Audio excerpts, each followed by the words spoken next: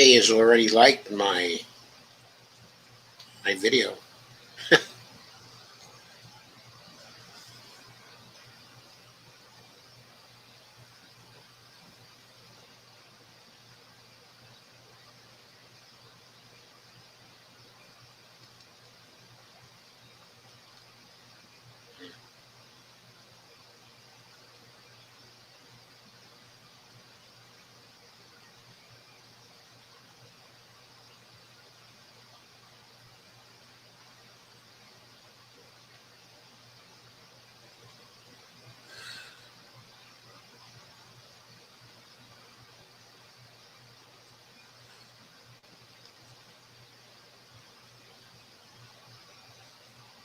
What's it called?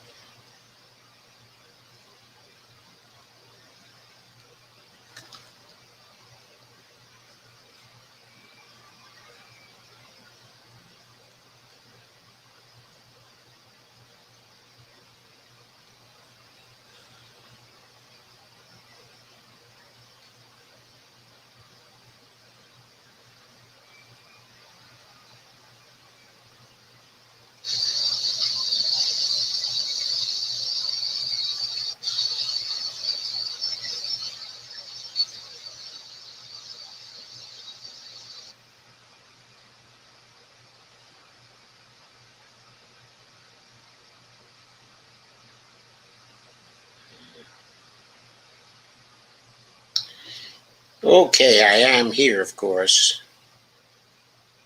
I forgot I was live at one point, so you probably heard me make a remark to Bonnie. And Dolores says hi. Kay says hi, Joe and everybody. Dolores says hi, all. From both Facebook and YouTube. Deborah Wilson says gag puke. Hi, Deborah. How you doing? Dolores Pierce says, I didn't watch it. Okay, well, you'll get a thumbnail thing here, so maybe you don't have to watch it. I will say something about the tone of it.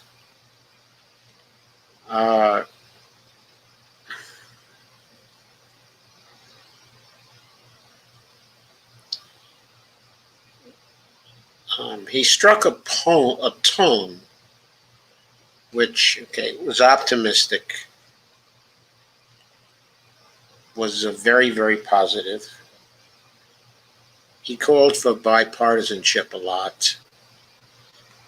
I'll give him this. He's a person who never stops hoping. He's got a lot of hope, but I'm not sure he's got a lot of change. I'm afraid. But when you look back at the past, it seems like something very substantial. When you look at the future, when you look at what we have to do and the things we have to accomplish, it does not necessarily look so great.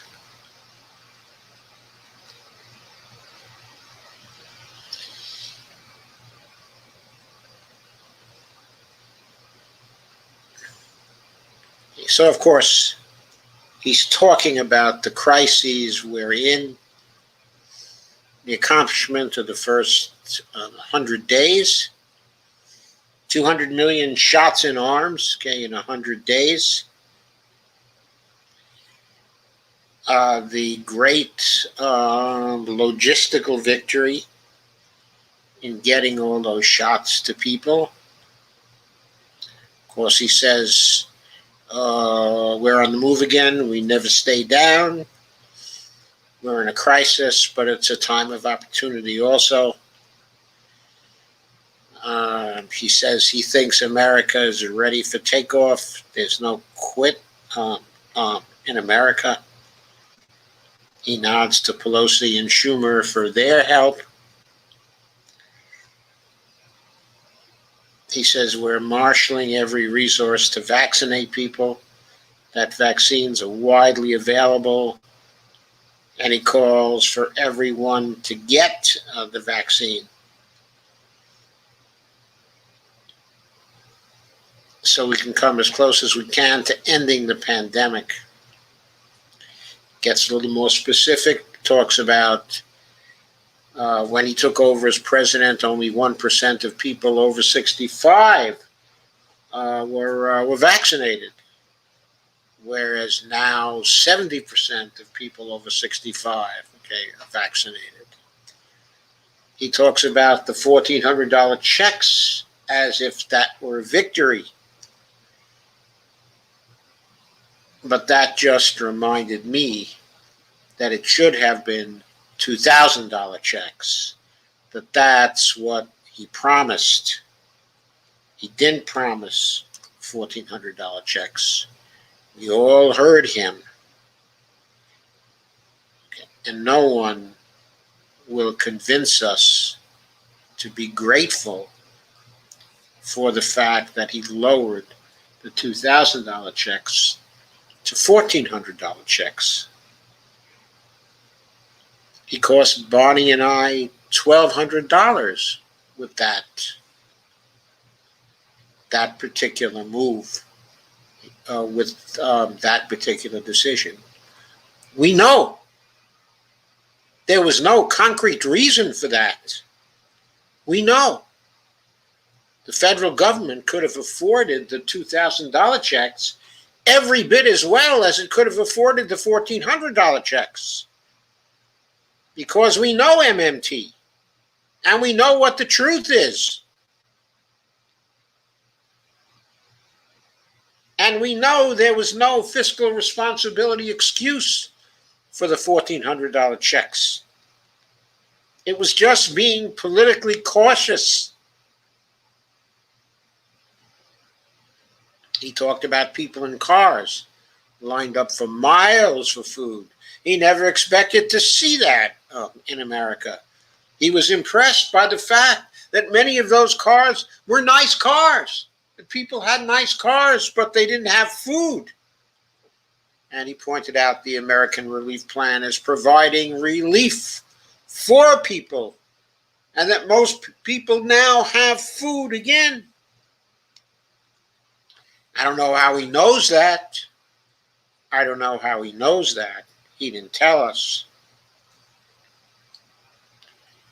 He told us that 800,000 Americans have signed up for the ACA since the relief bill was passed. Signed up for the ACA that was offering COVID protections. He said we were on track to cut child poverty in half. I don't know if anybody really believes that because it's temporary. But he talked about 1,300,000 new jobs in 100 days. And he said that was more than any other president in history produced. I don't know if that's really true. Because just off the top of my head this is, but 100 days is more than 3 months. That's more than a quarter of a year. I seem to remember that in the Clinton presidency, 22.5 million new jobs were created. That's almost 3 million jobs a year. But that wasn't the fastest creation of new jobs in history. I think there were presidencies that had faster job creation actually than that. It's pretty good clip though. it's something like 5 million jobs a year if he sustains that particular rate. That would be good. Anyway, he claimed it was the economy has experienced the fastest period of growth in history since he became the president. That was his claim. I'm not in a position to validate it off the top of my head. I am a little skeptical. I think it's pretty good, but I'm a little skeptical. Of course, we know that presidents and presidents alone aren't responsible for economic growth or for job gains, even though in our crazy political system we give them a lot of credit for that. He began his talking of infrastructure by touting the infrastructure of the past and the accomplishments of America in building infrastructure. Of course, during the New Deal, during the Eisenhower period, during the 1960s, talked about, of course, the invention of the internet. He called for the passage of the American Jobs Plan to create the millions of new jobs. He wasn't very specific about how many millions of new jobs. It is a $2 trillion plan over 8 years. That's $250 billion a year. That's enough to create a number of millions of jobs, but not really that many. Not really that many. It's not like the American Jobs Plan produces a job guarantee. A job guarantee would produce and maintain 15 to 20 million new jobs per year, every single year, but you'd have to spend more than $250 billion a year to get that. So just from the sheer jobs point of view, I still think that's a little small. He mentioned the statistics on lead pipes in America, lead pipes in child care centers, lead pipes in schools, lead pipes in homes. It says the American Jobs Plan will fix 100% of that, will replace all the lead pipes. He assigned the VP to managing that particular task, if, of course, the bill gets passed through the Congress. He also talked about upgrading the power grid, that the bill would do that. He talked about the AJP helping people get back to their jobs and their careers. He said 800,000 families are lined up to get home care for loved ones. Pointed out the American Jobs Plan, is going to cover that, is going to get home care for their loved ones for 800,000 families. And he said that for the climate crisis, to manage the climate crisis, the most important thing is to produce the jobs. He's still talking about $2 trillion over 8 years, though. He's not talking about $10 trillion, $1 trillion a year. We know he can't do this for $2 trillion over 8 years. It's not going to produce the results that he thinks it's going to produce. He pointed out that the AJP, the American Jobs Plan,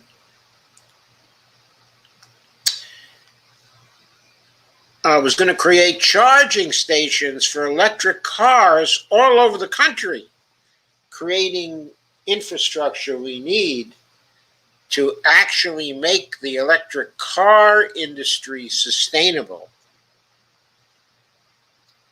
He talked about bringing manufacturing, especially manufacturing blades for turbines, here to the United States. Said there was no reason why we couldn't do that manufacturing here, why it couldn't be done in Pittsburgh. He wanted to produce electric cars and motors here. He talked about bringing back Buy American as part of American law. All I have to say about that is he better watch out for his trade agreements, because the trade agreements restrict Buy American and restrict even labeling our products as being manufactured here in the United States. He promised entirely new American products. He said the AJP will add jobs here in America, and that 90% of those jobs won't require a college degree. The infrastructure jobs, okay, from the American Jobs Plan. But he said there's still going to be good jobs, they're going to be middle-class jobs, because he called out to unions who built the middle class, and he called for the passage of the PRO Act. And he renewed the call to loud applause for a $15 per hour minimum wage. So he renewed his promise to pass a minimum wage. All I have to say about that is we'd have that bill already passed if he hadn't talked about the goddamn parliamentarian and respecting the parliamentarian, and if he had gotten Joe Manchin over to the White House and massaged him for a couple of days, or however long it took, giving him the Lyndon Baines Johnson treatment. We needed that $15 an hour to stay in the bill, so that if Manchin wanted to get it out of that bill, he would have had to have gotten 60 votes to get it out of that bill. Instead, he had Chuck Schumer just take it out of the bill in the Senate, so Bernie Sanders was required to get the 60 votes to put it back in. And Bernie stood still for that instead of telling Biden, look, you take the $15 an hour minimum wage out of this bill, you lose my vote, the bill isn't going to pass. Guess what? The bill isn't going to pass. The reconciliation bill had the minimum wage in it. Biden blew it because he was in a hurry to get the relief plan passed. I understand what he was trying to do, but I don't forgive it. The $15 an hour minimum wage was extremely important to get passed right then. It was important to take the week or two that it would have taken to get everybody on board to pass it. The pressure would have built up on everybody to pass it. Biden just had to outweight them. That's all he had to do. He should have told Schumer to keep it in the bill. And then he should have started working on Sinema. And he should have started working on Manchin. And he should have gotten all of the others aboard. He could have done it. Now, how's he going to get the minimum wage bill passed? Is he going to put it in the American Jobs Plan? That's what he's going to have to do. It's never going to pass as a standalone bill. It would need 60 votes. It has to get into a reconciliation bill. We saw that. Is this just empty talk? It sounds like empty talk. It sounds like he was lying again. It sounds like empty talk to me, because I don't see him putting it in an infrastructure bill.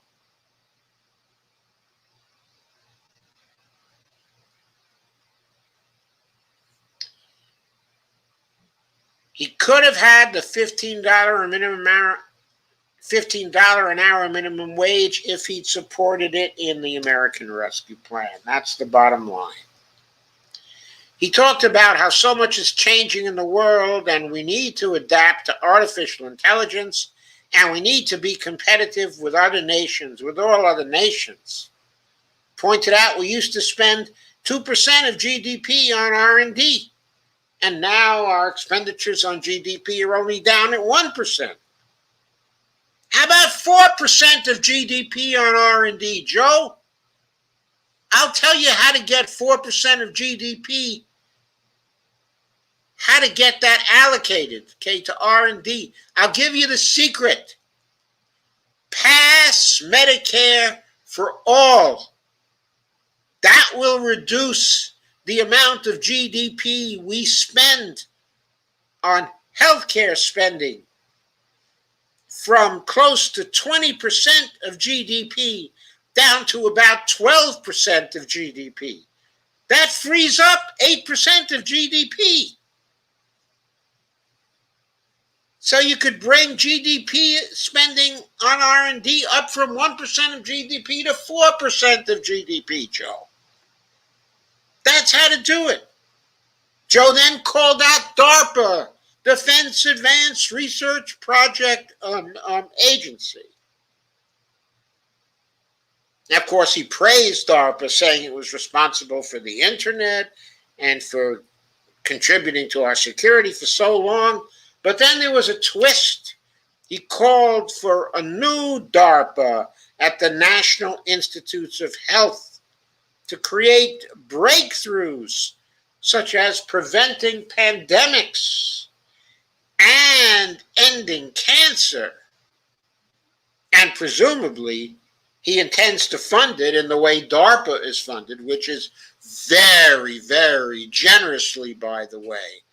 He didn't say, though, that he would guarantee equivalent funding for the new healthcare DARPA compared to the old defense DARPA.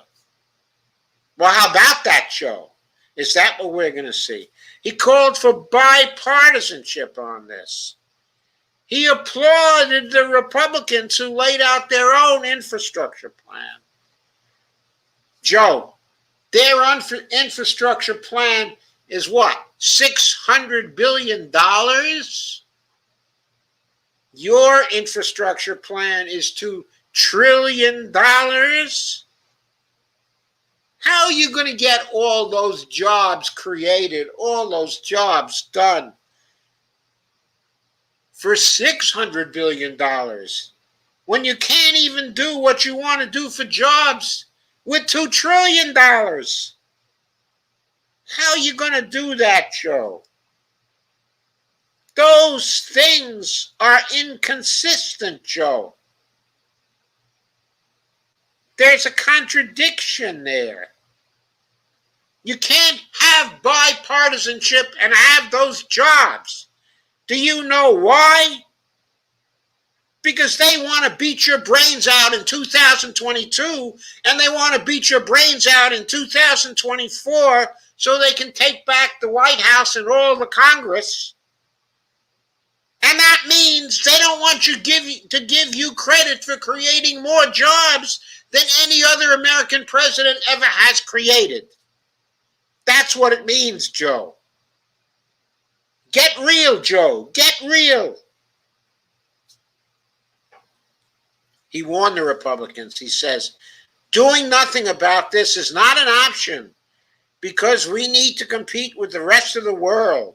But what he's doing, he is setting up a thing. Hey, we're in an international competition with China. We got to do this infrastructure. We got to create all these new jobs because, he's going back to the 60s. We're in a competition with Russia. Remember? Sputnik and Russia. We got to invest in R&D. We got to invest in new jobs. We got to get this country moving again. He's looking back to when he was a young man and Jack Kennedy was the president of the United States. He wants to use defense and security as a justification for doing the infrastructure and creating all those jobs. He's telling the Republicans doing nothing is not an option because we need to compete with the rest of the world. And the unstated thing there is, if you don't join in on a bipartisan basis and let us compete with the rest of the world, it's going to be on your head. You'll be harming the security of the United States. You don't want to harm the security of the United States, do you? That's the way he's pitching for bipartisanship. He's trying to base it on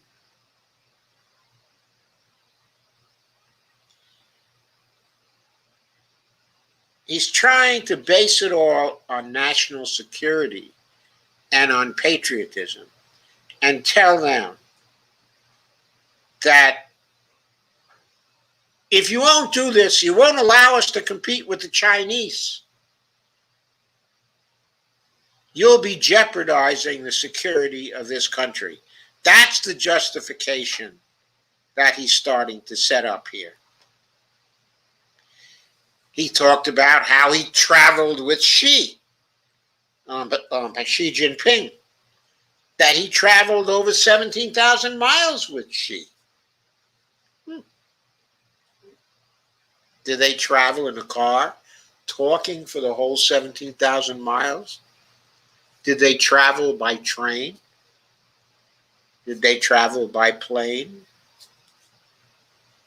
To win that competition for the future, he says, we have to make a once-in-a-generation investment in our children with the American Families Plan. So he looked ahead to the American Jobs Plan. He looked ahead to the American Families Plan.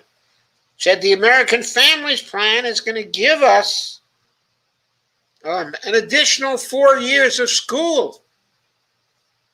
Unless you think he was talking about another 4 years of college. I don't think that's what he was talking about. I think he was saying the American Families Plan will cover 2 years of college and 2 years of preschool. Of course, we need free college and free graduate school, but he doesn't call for that. Why not? Does he have some kind of financial problem? By now, he knows damn well he doesn't have a financial problem except in the minds of the Republicans. But he can preach all day long to the American public that there's no financial problem, that real fiscal responsibility calls for free college and free graduate school and free professional school for everybody. So why stop with 2 years of community college and 2 years of preschool? That's just Hillary Clinton. And he said Jill would be deeply involved in this effort. And he thanked her. He called for child care for people. Child care for working families. That would cost no more than 7% of their income. Why not free child care for families? Why should it cost anything? He did say that for poor people, it would be free, that it would not cost anything. But why cost people anything? The money is there to take care of the child care so people can go to work if they want to. He called for paid medical leave and paid family leave. Great. That was certainly encouraging. That wasn't something that was qualified. That was good. Of course, I looked out for all the qualifications. Of course, you look for the qualifications in these things, where they're falling short. You ask yourself, why are they falling short? He called for making the child tax credits that he passed in the relief bill, extending them through 2025. And he says that will help 65 million children. Again, why not make the child tax credits permanent? He knows there's no financial problem in doing that. What's wrong with adding another few hundred billion to the American Families Plan? It's over a 10-year period or whatever. How much would it actually cost? It's not something we can't afford. He called for the COVID ACA subsidies, Affordable Care Act subsidies, that he passed in the relief bill to be permanent as part of the American Families Plan. He called for lower deductibles and lower prescription drugs costs for America. And he called for Medicare to negotiate lower prescription drug prices. Now, that was the first time a president has ever supported that. But the question is, will he bully the drug companies and the Republicans over that? Will he use the bully pulpit to get that? He mentioned we pay 3 times as much for drugs as any other nation. What kinds of fools are we?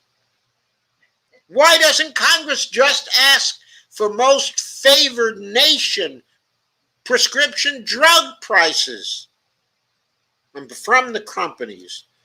Why doesn't Biden just get a deal that no nation gets a better deal than us? How about that? How about that? Have every nation negotiate with the drug companies to get a most favored nation deal. And then everybody in the world collectively negotiate with the drug companies to keep those prices down. Okay, honey, if there's a problem on Facebook, I was told that there are Facebook problems here. Shift over to YouTube then. Okay, I mean, I'm on YouTube. You can watch it on YouTube. Okay. There's no YouTube problem. Facebook's been having a problem lately. So he called for lower deductibles. Oh, I'm sorry, I covered that. So then he said, how do we pay for it? How do we pay for it? Now, why didn't he just answer that question by saying, we'll pay for it the way we pay for everything else? The way we pay for it is the Treasury Department sends out money to the people. It sends out money. It marks up their bank accounts through the Federal Reserve.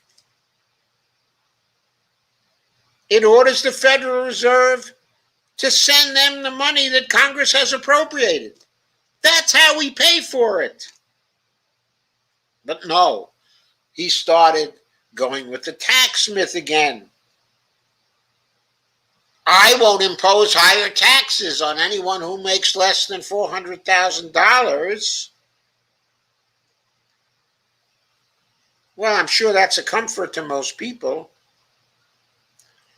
He said he wanted to tax the corporations, pointed out that 40 companies pay nothing, 40 largest companies, but they made $40 billion in profits due to tax shelters. Did I catch the 40 and 40 right? I'm not clear. I was taking notes, but that's the way it sounded to me. He said he wants to raise the top tax rates back to 39.6%, where they were under George W. Bush. Well, he's just been bargaining with Joe Manchin and saying, well, he caved in on the corporate tax rates.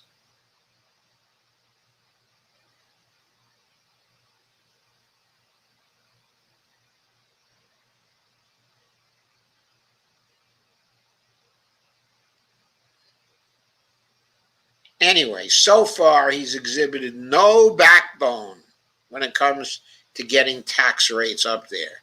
But here he is talking about getting the tax rates back up there. Someone has probably told him that yes, it's popular to make the rich have higher taxes. He did point out that the Trump tax cuts did not pay for itself, but did pour billions of dollars into the coffers of the CEOs that Trump promised it was going to pay for itself, but that, of course, it did not pay for itself. Then he pointed out that 650 billionaires increased their wealth by more than $1 trillion during the COVID crisis. And he attacked trickle down and said he doesn't want any more trickle down. He wants to grow the economy from the middle out. Well, that's great, but I'm sure the poor people would like to know that he might want to grow the economy from the bottom up. That's even more important than growing it from the middle out for a change, maybe. Then he said, we have to show we're back to stay. That our allies are saying, yeah, we're back, but for how long? He said, we have to show them we're back to stay, and we have to do it with our allies. And then he talked about becoming an arsenal of vaccines for other nations. Emphasized that our supply was enough now, and that we were going to become an arsenal of vaccines for other nations. Well, we better do that real fast, and we better start shipping vaccines from the arsenal, because if we don't do that, there are going to be variants that will render those vaccines worthless. We see the variants coming already. What's going on in India suggests there are all kinds of variants there right now. And we've started shipping some of those vaccines to India, but not enough to make a difference in a country of 1.4 billion people. At this rate, it's going to be too little, too late. He said we had to defend our interests across the board, that is America's interests. And he said he pointed this out to Xi Jinping.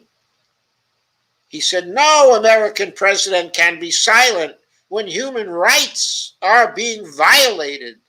He said it bravely, with great conviction. And he said, America is an idea. We can't give up that idea or not be faithful to that idea. Joe, what about the human rights? The human rights of people in Yemen? What about the human rights of people in Syria? What about the human rights of people in Venezuela? What about those sanctions? What about the sanctions on all those countries that are violating the human rights of people who live there? We, America, are violating human rights all over the globe right now. Sure, the human rights of the Uyghurs are very, very important. But the truth of the matter is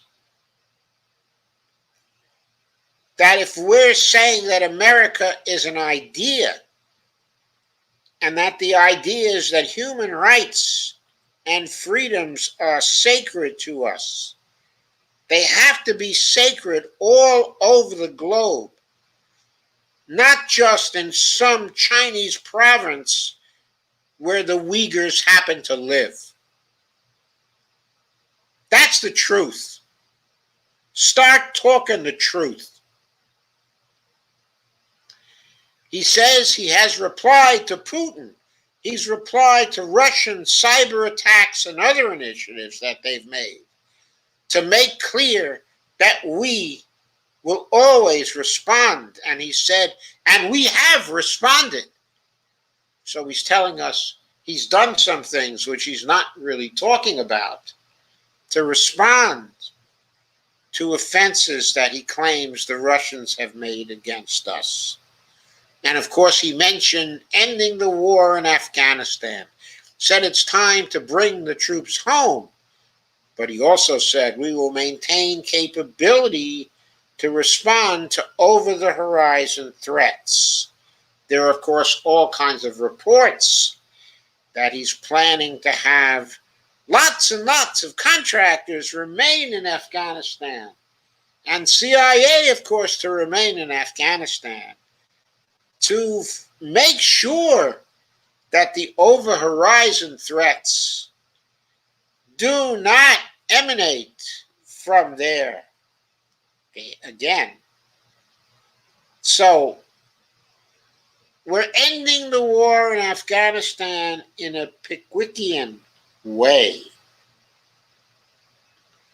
But in another way, we intend to keep on fighting it, don't we?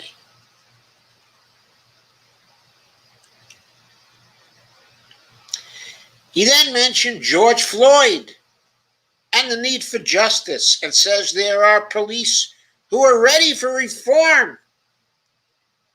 So he basically rhetorically defended justice for all, but also prepared the way for more money for the police to facilitate, I suppose, what he thinks is the transition to justice. He somehow thinks that more money for the police and more police are going to get the knee of injustice off the backs or the necks of black people. That's what he seems to think. He then thanked Congress or the Senate for the 94-1 vote passage of the Hate Crimes Against Asians Act. That, of course, is where Mitch McConnell actually lives, because his wife, of course, Gay, is Asian. So suddenly Mitch stepped out of the way, and Joe was able to get not only all the Democrats to vote with him, but most of the Republicans too. Except for Josh Hawley, of course. He also called, Biden did, for the passing of the Equality Act. And, of course, he wants to renew the Violence Against Women Act, which he had written himself in 1995. Now he wants to close the loophole in the act that he created when he wrote it back in 1995. And he talked sincerely about, with apparent sincerity, against the epidemic of gun violence. He called for new gun laws and Republican help in passing those laws. Then he went on to immigration. And he called for the passage of immigration reform. And he called for legislation for the dreamers who have only known America as their only home, giving them citizenship. He called for a pathway to citizenship for the farm workers who feed us. And he called for the passage of H.R. 1 and H.R. 4, the John by Lewis, the Voting Rights Act, H.R. 4, that is. And he talked about January 6th and the enduring crisis, of our democracy. He said, we have to prove the enemies of our democracy wrong. He said, we the people did not flinch on January 6th. Not sure what he meant by that exactly. But he said, we have to be on our way to a new union and a stronger union so that our democracy can endure. So those are the things that he talked about. So the talk, he was upbeat. It did not indicate to me any particular cognitive disorders, just the usual hypocritical contradictions that you get from speeches like this, and just the kinds of promises you get, which are belied by other things that are contained in the speech. Do we get any sort of impression from this speech about going beyond talking and acting in accordance with what he called for in this speech? I'll tell you, for his own sake and the sake of his own party, he better get to Manchin and get rid of the filibuster so that H.R. 1 and H.R. 4 can be passed. Because way the Republicans are going, there's going to be a slaughter in 2022 if he doesn't pass those two bills, because no one's going to be able to vote. Our people won't be able to vote. Our people. Actually, the Democratic people.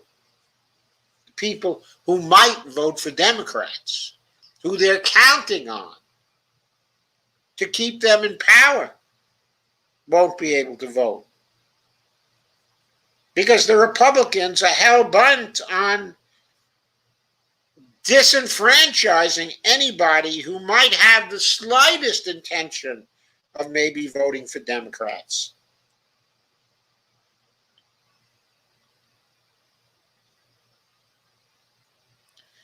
So basically, this was a speech that called out all sorts of high intentions and had an appeal to union, but was really short on how we're going to get over the practical problems of getting where he says he wants to go. We have no idea whether he can get there. We know there are certain senators standing in his way. We know he creates obstacles for himself, like talking about the parliamentarian and pretending they cannot get over the opposition of the parliamentarian to this or that. What nonsense. I've never heard any greater nonsense in my life than that from a politician. He talked so passionately about so many of these things that he would like to do.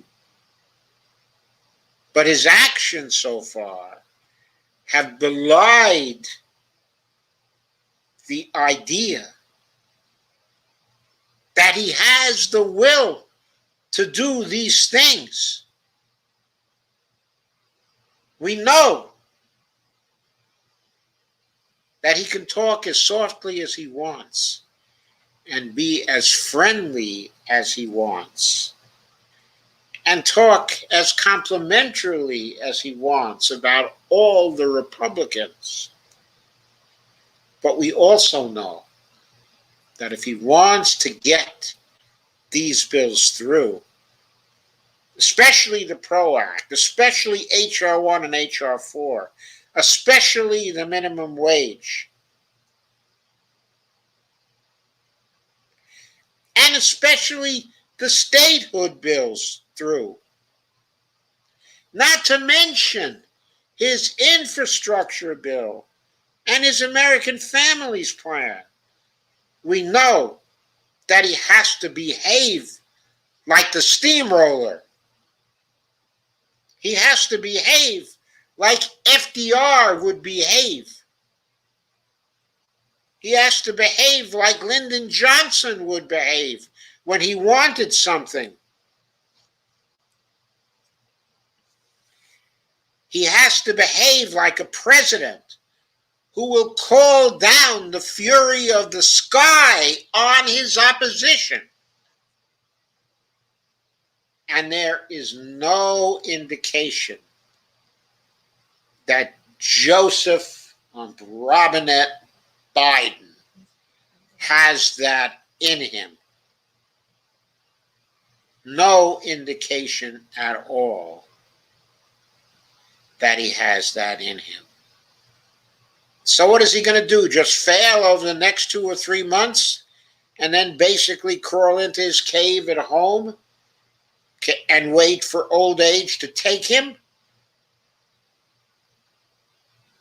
Is he going to do that, or is he going to fight? Is he going to call down the sky? Is he going to call up the progressives? Is he going to lead the people who want change so badly?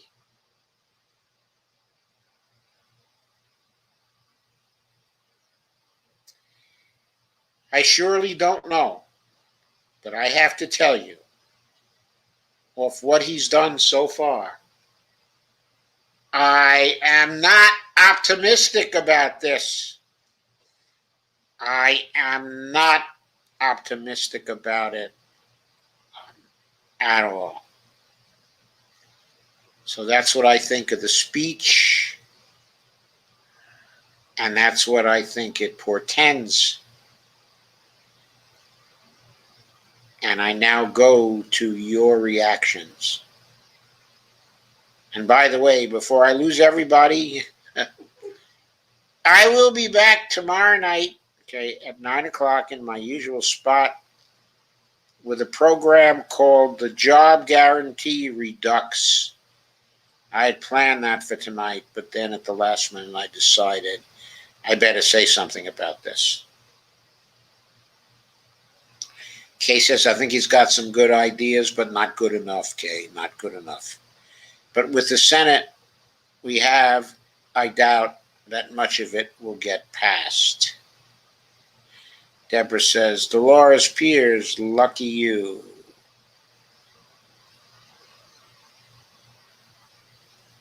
That's because Dolores did not watch it.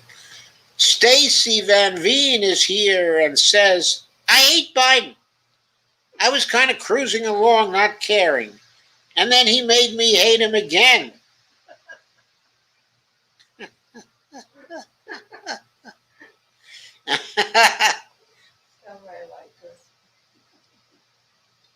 Evelina says, I did read an article that said out of 100-odd promises that he'd fulfilled about 30.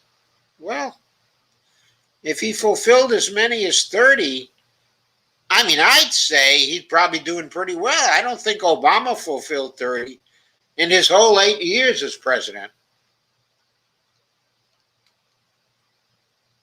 Xavier Ramos said, kindly share. Thank you, Xavier.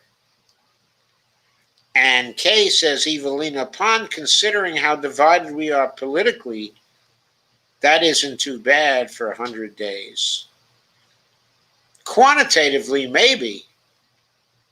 But the qualitative things are so important.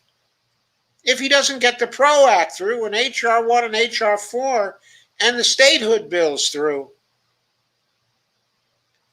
and the infrastructure bill, the American Families Plan, it'll all be for naught. He has to get all that stuff through. Sandy Deck says, hello, shared. Hiya, Sandy.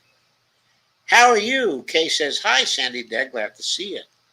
Sandy said, thanks, Kay. Nice to see you, too. Steve says, AOC, Jayapal, 85% Dems give Joe Biden a U.S. grade A on first 100 days.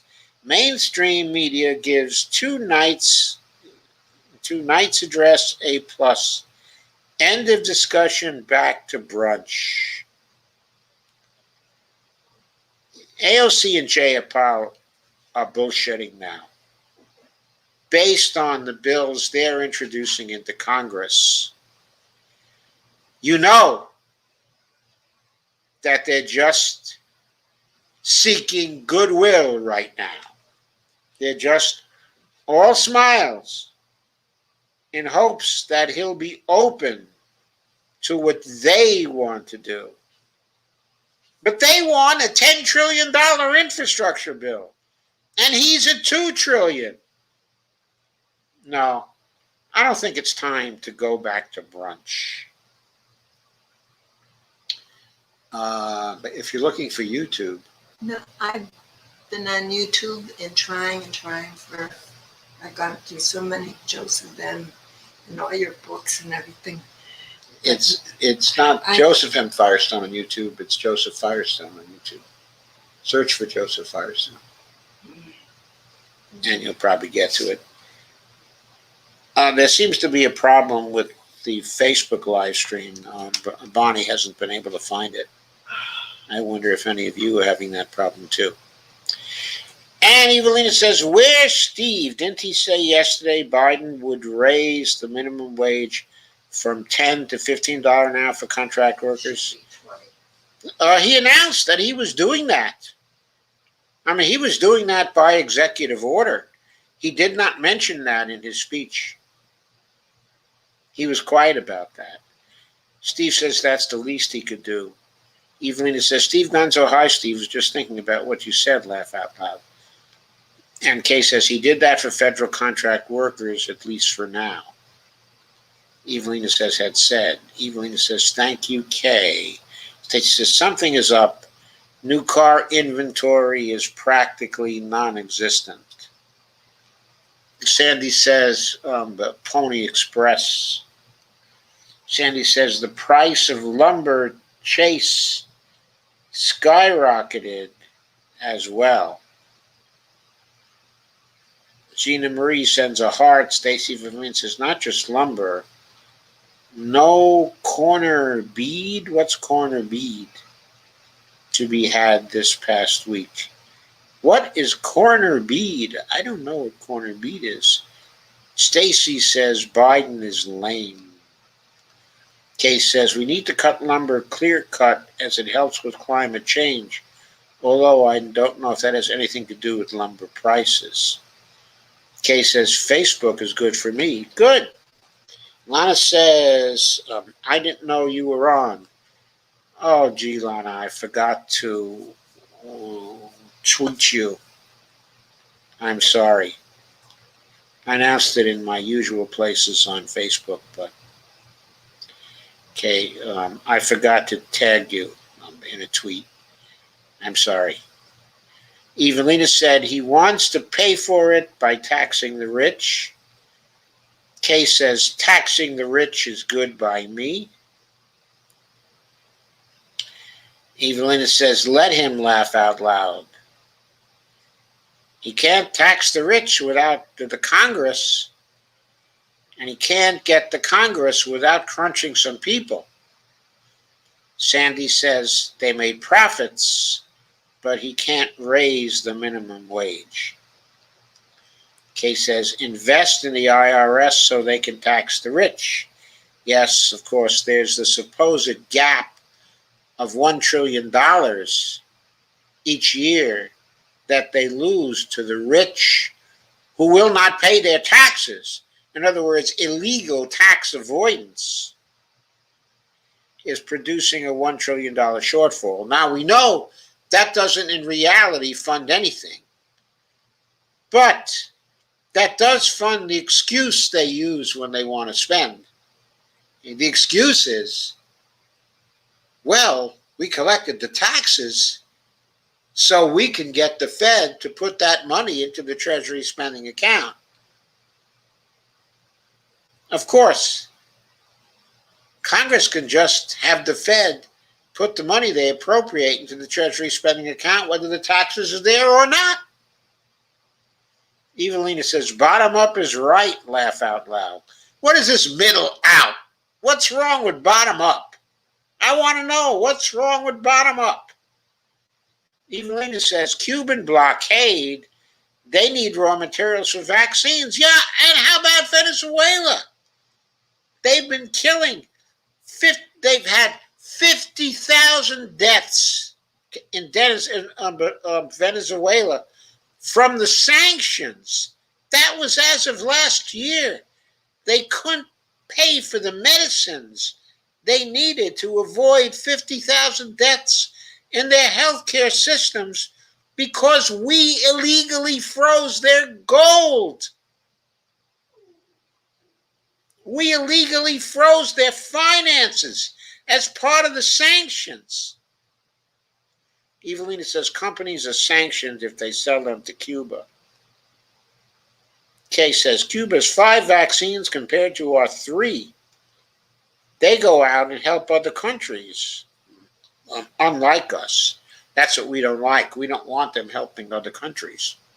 We want those countries to wait until we can help them. Meanwhile, their people die. Hi, Nikki King. Evelina says they want to supply the global South. Evelina says that's a lot of vaccines.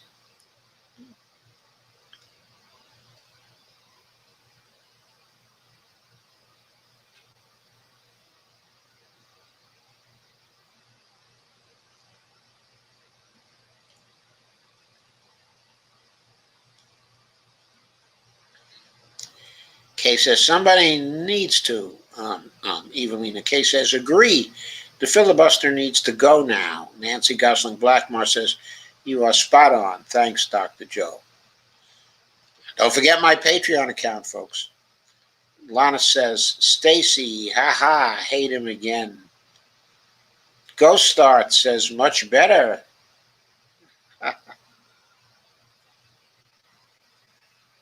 Hello, Troy. I think that's you, isn't it? Or is it Steve Gonzo? No, I think it's Steve Gonzo. Sorry. I don't think Troy is here tonight. Sandy Dick says, I am good. Nice to see you and everyone. Nikki says, shipping is a mess worldwide. Carrie says, no doubt someone will do a thing about stopping this. Do we die without not even trying to stop them? We deserve to die if there's no fight in us. These are the heaviest words to ever smack us in the face. Well, good. Are we awake yet?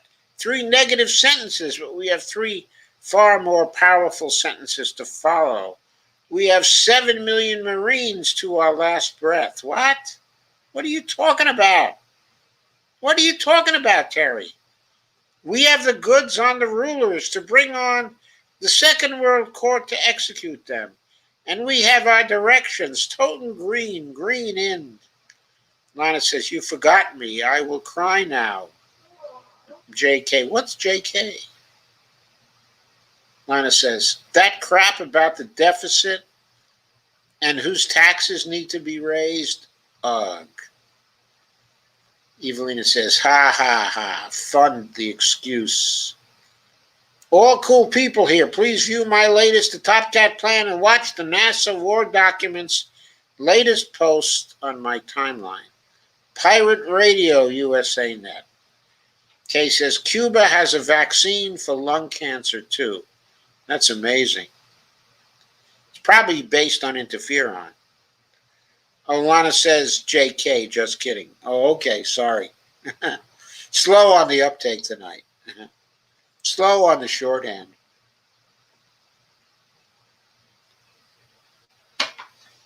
Terry says, okay, we're beginning to realize we are an incorporated big bank, not a nation governed by our Constitution. BoldBraveMedia.com. We've known for a long time we're not governed by our Constitution. If we were governed by our Constitution, 50% of the policemen in the United States would be behind bars right now. Jesus.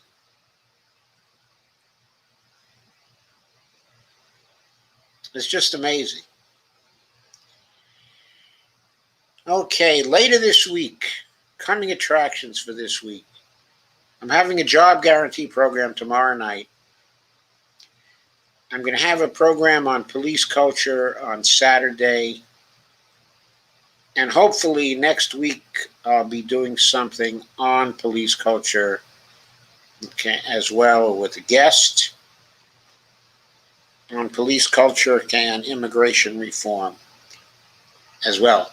So those are things I plan, as well as another live stream on the Green New Deal. Solana says, how are you, Steve? You mean Steve S-T-E-V or Steve S-T-E-V? Guy says, what about Rudy getting raided? It's hard to feel sorry for him. It's awfully hard to feel sorry for him. I'm glad he got raided. I hope he gets jail. Okay, and I hope he turns state's evidence, and somebody else, even a bigger fish, gets jail.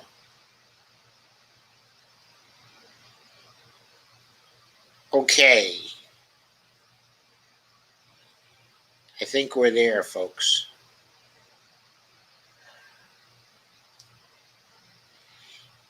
Unless you've got some more, I think it's time to say goodnight.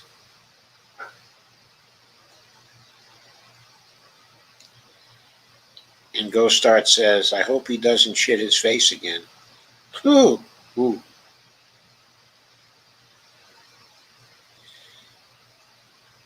But Rudy Giuliani is responsible for Jen Dye's getting COVID-19.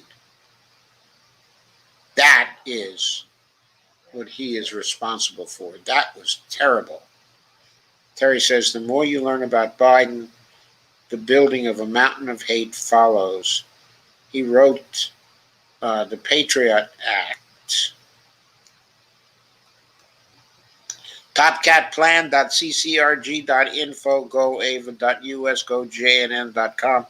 Kay says, you are breaking up now, Joe, but I love the discussion. I love you all. We love you, Kay. Laura says, thank you and good night. And Lana says, I went back and watched last night's show again. Really good info. Thank you, Lana. I worked hard on last night's show. And Nikki says, nighty Joe, nighty all. Nighty to you too, Nikki. Ghost Start says, new Arizona Representative Alma Hernandez, Democrat, Tucson, tests positive for COVID after being fully vaccinated. Still, supposedly the vaccines protect you from going to the hospital and from having a serious problem and from being fatal. So it remains to be seen.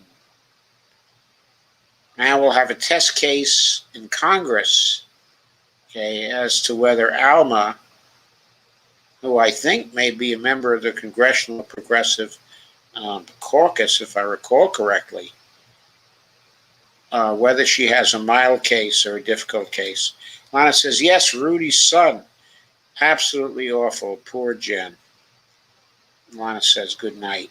Sandy says, have a great night. Thank you, Joe, Bonnie, and everyone. Thank you, Sandy. Thank you for coming. Thank you all for coming. Thank you for staying. I know it's late. I'll see you tomorrow night. I think you'll like the Job Guarantee show. I think it's going to be a good one. We're going to concentrate for most of the night on one article by Bill Mitchell and on the comments for that article. It should be a great show. Have a good night.